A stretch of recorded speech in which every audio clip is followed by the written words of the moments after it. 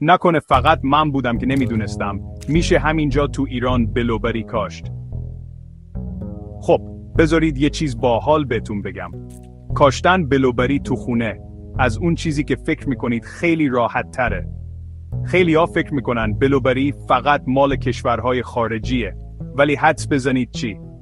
شما میتونید اونا رو درست تو حیاط خونتون یا حتی تو بالکنتون بکارید.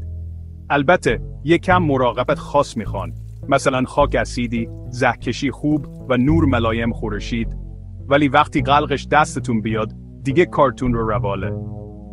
فکرش بکنید بلوبری های تازه و آبدار رو مستقیم از باغچه خودتون بچینید. خوشمزه است مگه نه؟ و بهترین قسمتش چیه؟ کاکو میوه نهالهای تضمینی بلوبری داره و به سراسر کشور هم ارسال میکنه. خب آماده اید که خونتون رو به یه بهشت بلوبری تبدیل کنید؟ همین الان سابسکرایب کنید چون کلی حرف برای گفتن داریم. به زودی میبینمتون.